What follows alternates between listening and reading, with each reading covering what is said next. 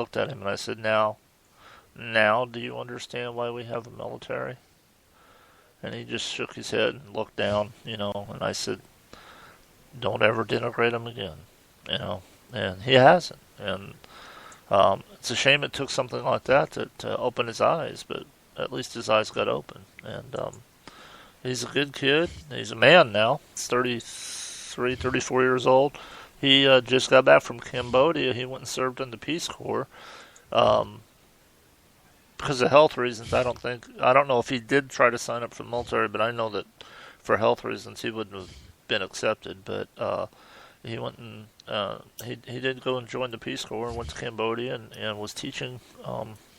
Went over there just to teach English, and he told me that by the time he got over there, he ended up teaching just about everything to those kids. But it was a good experience for him, you know.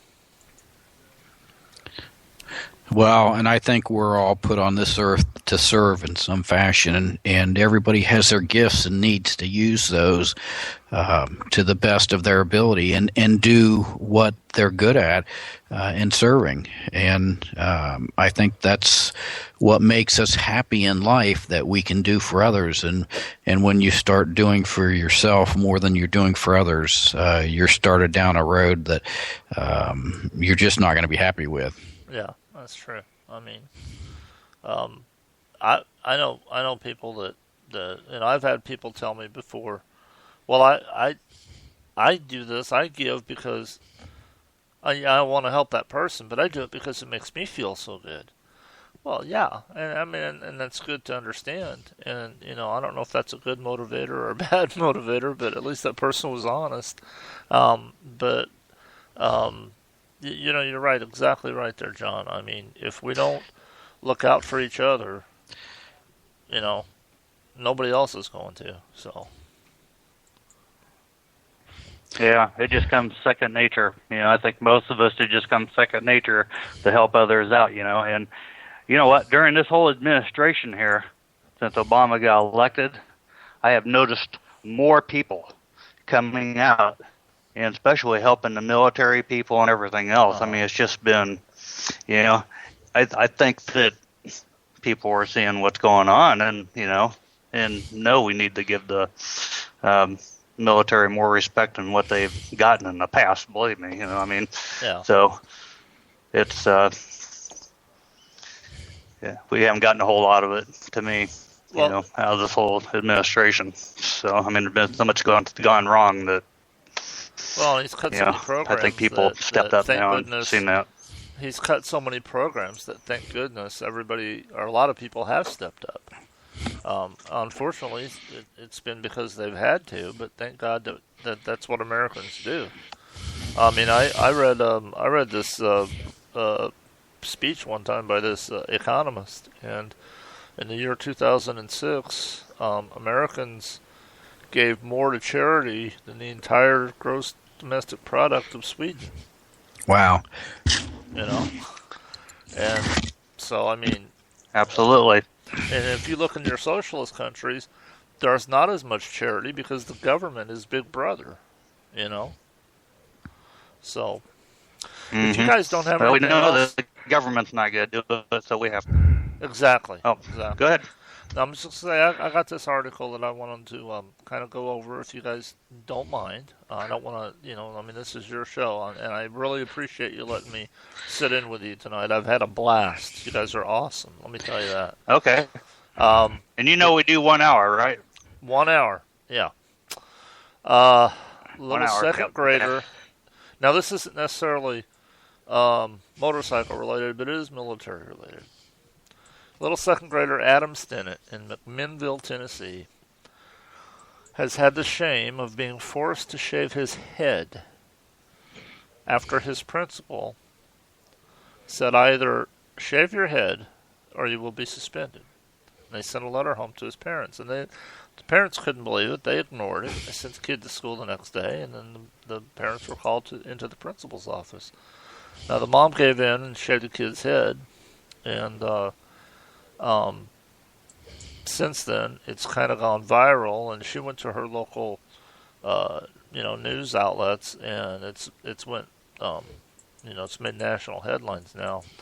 And the kid didn't have a mohawk. He didn't have anything shaved, any stupid message or obscene message, shaved into the back of his head. His brother's in Afghanistan, and because he wanted to support his brother and remember his brother, and what little second grader doesn't want to be like his older brother, he asked to have a military haircut, high and tight. And the school system wouldn't allow it. So I just kind of wanted to get you guys' That doesn't surprise me. Yeah, it's political correctness run amok, and Yeah. I mean, when I was a kid, the short haircut was the thing that you wanted, and back then nobody said a word about it, and now all of a sudden it's become a problem. Well, and what surprises me is that this is in Tennessee. If it had said grade school in California, I would have went, well,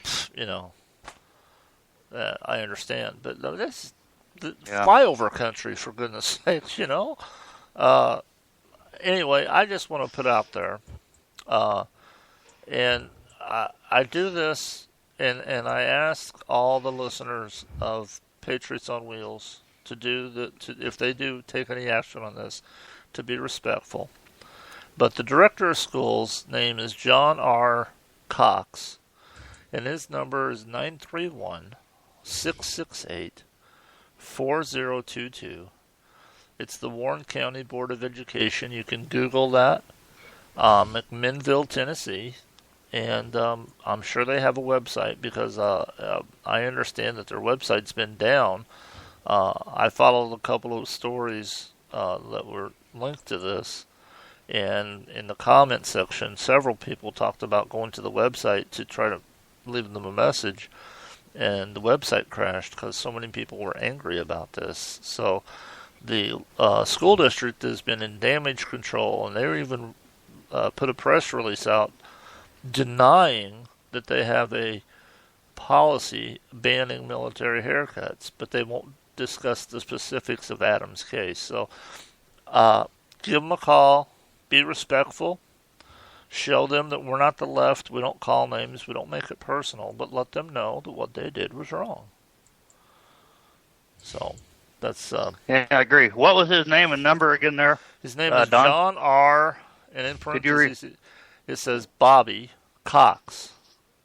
So John R. Cox, Director of Schools, and his number is 931-668-4022. And that's the Warren County Board of Education in McMinnville, Tennessee, 37110. So give them a call. Okay, tell great. them what you think. I just wanted to make sure our listeners got that. Great. Okay. All right. Yeah, we sure will. Thank you for sharing that. Well, you guys are saying, we have to step up and do something, and it looks like a lot of people have been stepping up and speaking on that boy's behalf, so that's awesome, I think. So. Yeah, and I think that's something. Right on, and we need more of that.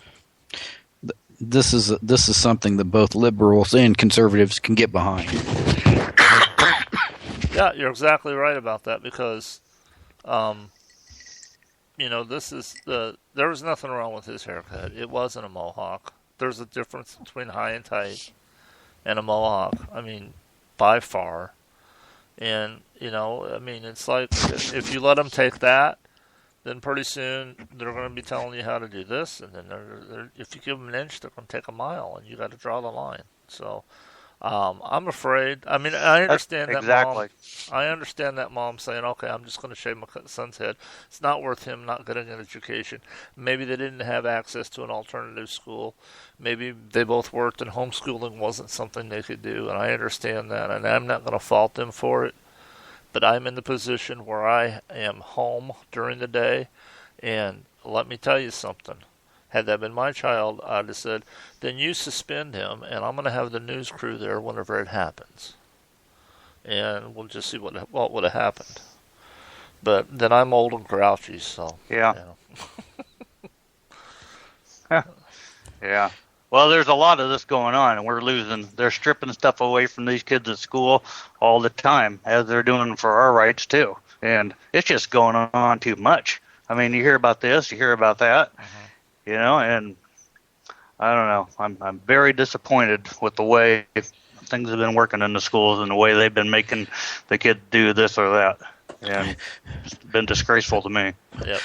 Well, between the political correctness and the zero tolerance, it's created problems for kids that are good kids, and it's lumped them in with kids that may not be good kids because they make some kind of youthful indiscretion, and there doesn't seem to be any leeway in those situations.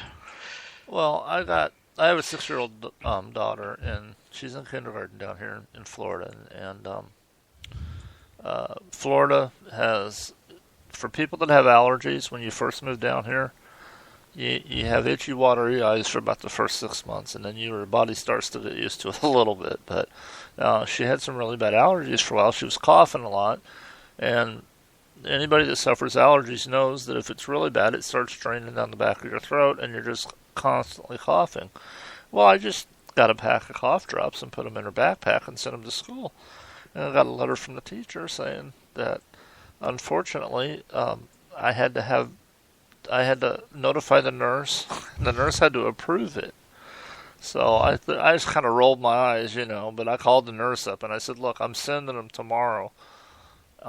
So this is your notification. I'm not going to come out and make you, have an appointment with you so you can approve them. They're cough drops, for Christ's sake, Oh, pardon me, for goodness sakes. So, but I didn't hear any more about it, and my daughter said they let her use her cough drops, so all was good.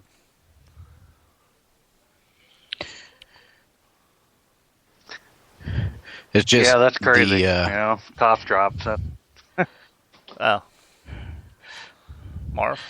Yeah, well, I was just going to say it is crazy that that's a no-no, and unfortunately, schools have become that way with zero tolerance for things instead of some reasoning as far as what's reasonable to do, and you can't have a one-size-fits-all.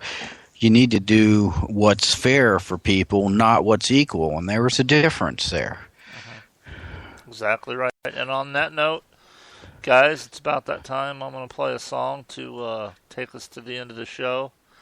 And I want to thank you again for letting me sit in. I appreciate it. You guys are a blast, and you got an awesome radio show.